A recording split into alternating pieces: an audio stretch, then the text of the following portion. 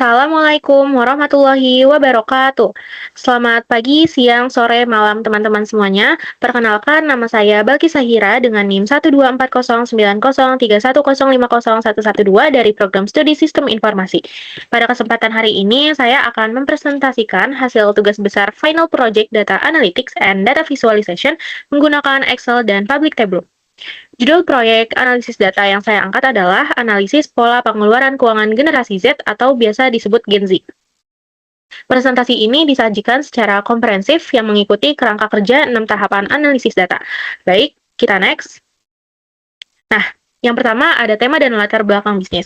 Di sini terdapat dua komponen. Untuk komponen pertama yaitu tema penelitian spesifik. Seperti judul yang tadi saya sudah bilang, ini adalah Gen Z Money Spending Behavior and Financial Management Strategy. Nah, penelitian ini memfokuskan analisis kuantitatif pada dinamika finansial generasi Z yang rentang usianya 18-27 tahun. Fokus utamanya adalah membedah secara objektif pola alokasi pendapatan bulanan, mengukur tingkat ketahanan finansial, serta menguji berbagai pandangan umum mengenai kebiasaan belanja generasi muda di era digital.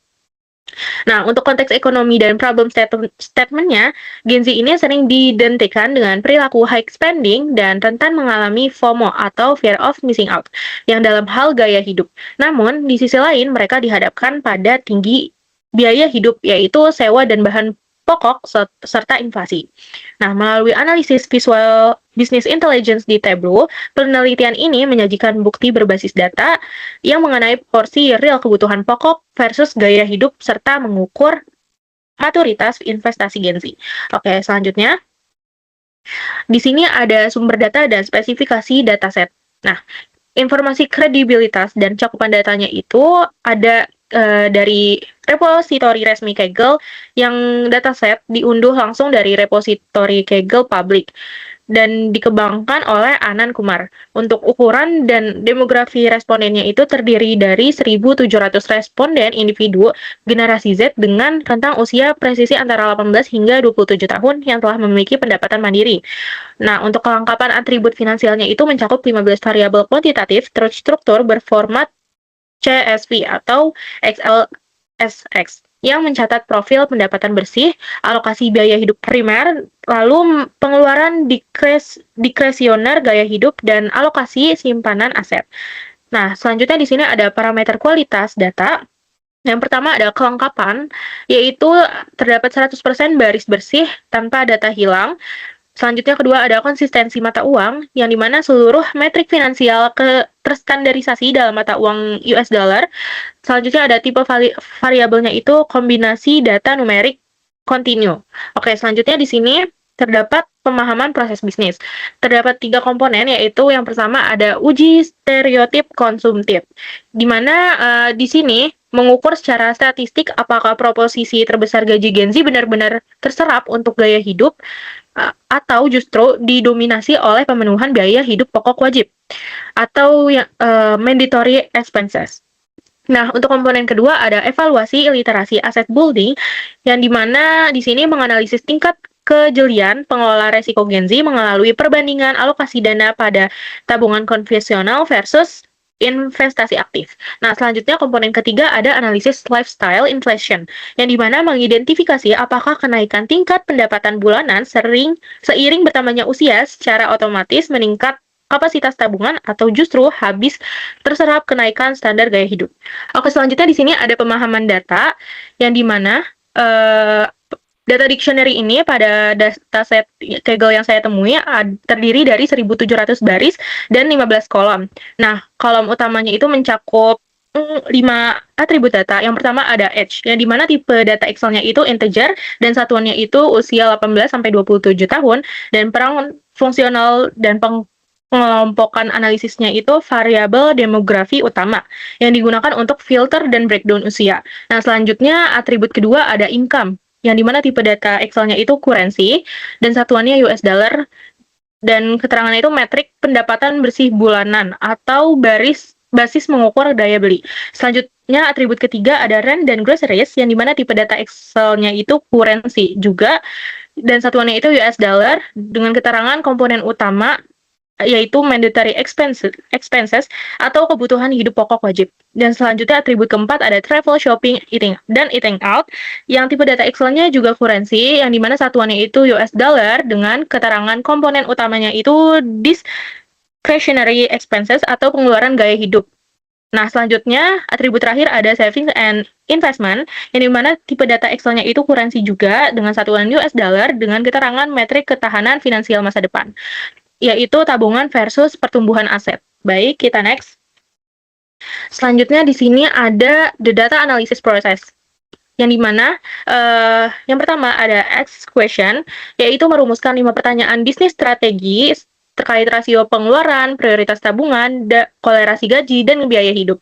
Nah, untuk yang kedua ada get data, yaitu mengunduh dataset survei kuantitatif sebanyak 1.700 responden Gen Z berformat CSV dari Kaggle Repository. Selanjutnya di sini ada yang ketiga, yaitu investigate data, yaitu memeriksa integritas data, mendeteksi kelengkapan baris, serta mengonfirmasi tidak adanya nilai kosong atau outlier abnormal.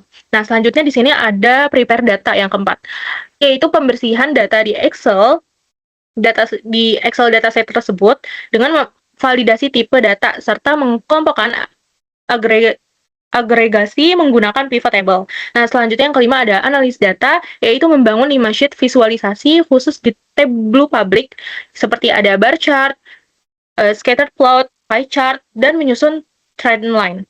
Selanjutnya ada yang keenam, ada present results, yaitu menggabungkan 5 sheet ke dalam satu dashboard interaktif, lalu merekam video presentasi, dan menyusun laporan PowerPoint.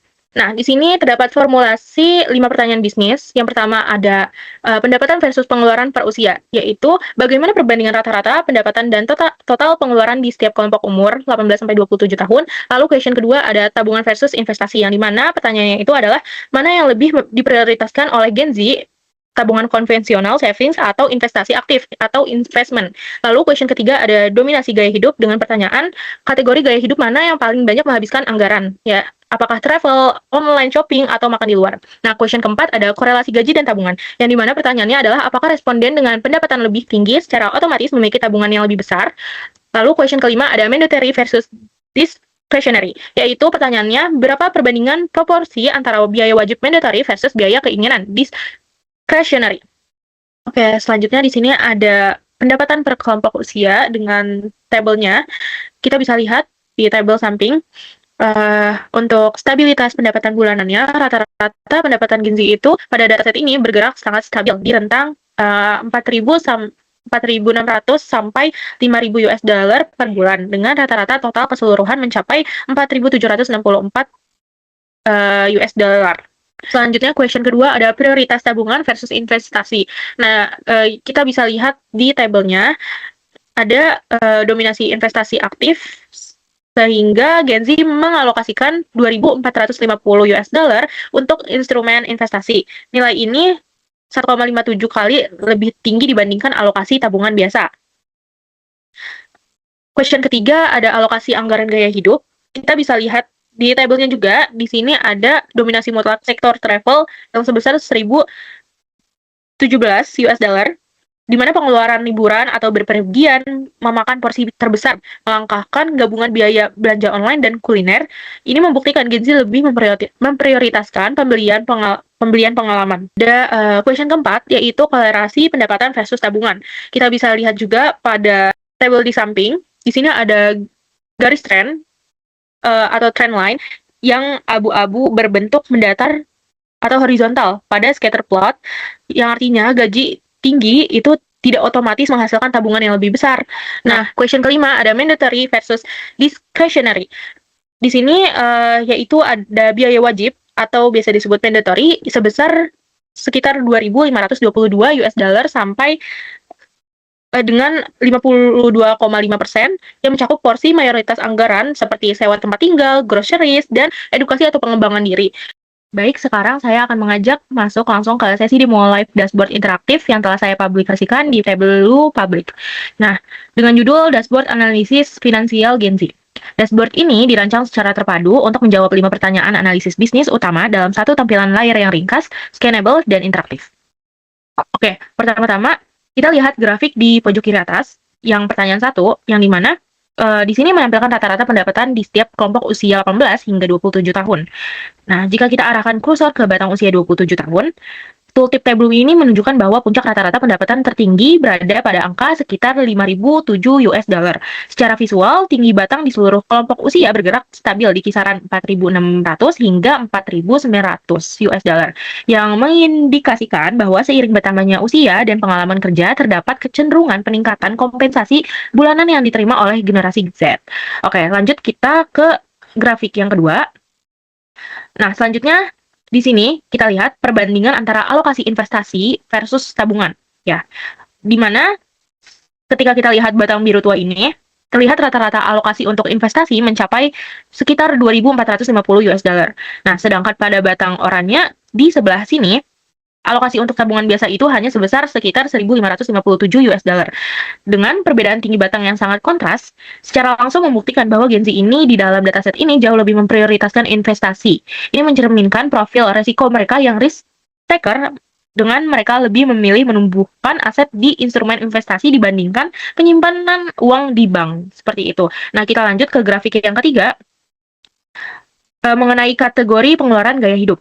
Nah, dapat kita lihat bersama, batang berwarna hijau ini dikategorikan yaitu travel, untuk travel. Nah, berdiri paling dominan dengan rata-rata pengeluaran mencapai sekitar 1.017 US dollar. Nah, untuk batang toska dan merah, nilai ini jauh melampaui, yaitu kalau online shopping itu sekitar 362 US dollar dan eating out itu sekitar 272 US dollar. Nah, ini menunjukkan temuan yang menarik bahwa Gen Z itu tidak melulu konsumtif pada barang fisik, melainkan lebih royal dalam membeli pengalaman atau experience melalui traveling, seperti itu. Nah, kita lanjut ke grafik keempat. Nah, untuk grafik keempat ini, dia menggunakan bentuk scatter plot untuk menguji apakah pendapatan tinggi otomatis membuat tabungan lebih besar. Nah, perhatikan garis trend line di tengah-tengah ini yang berwarna abu-abu. Ini membuktikan bahwa secara metodologi statistik, ini tuh tidak ada korelasi otomatis antara besarnya pendapatan dengan besarnya tabungan. Nah, untuk titik data biru ini yang menyebar rata di seluruh rentang pendapatan, ini hal ini memvalidasi fenomena lifestyle inflation, di mana peningkatan penghasilan Gen Z ini seringkali diikuti oleh kenaikan gaya hidup, bukan kenaikan tabungan. Seperti itu. Nah, kita lanjut ke pertanyaan kelima. Kita memiliki visualisasi pie chart untuk melihat proporsi biaya wajib mandatory versus biaya keinginan, yaitu discretionary. Nah, dari pembagian irisan warna ini, terlihat bahwa alokasi keuangan Gen Z terbagi cukup seimbang. Namun, akumulasi biaya wajib seperti sewa tempat tinggal, groceries, dan pendidikan masih sedikit lebih mendominasi di angka rata-rata, yaitu sekitar 2.522 US dollar dibandingkan biaya keinginan yang berada di angka 2.284 US dollar. Seperti itu.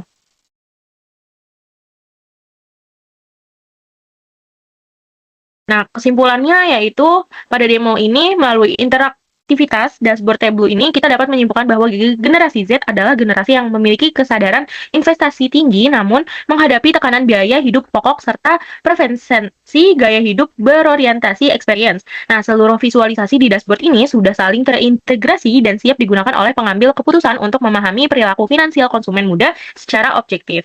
Sekian demo dashboard dari saya. Kurang lebihnya mohon maaf. Wassalamualaikum warahmatullahi wabarakatuh.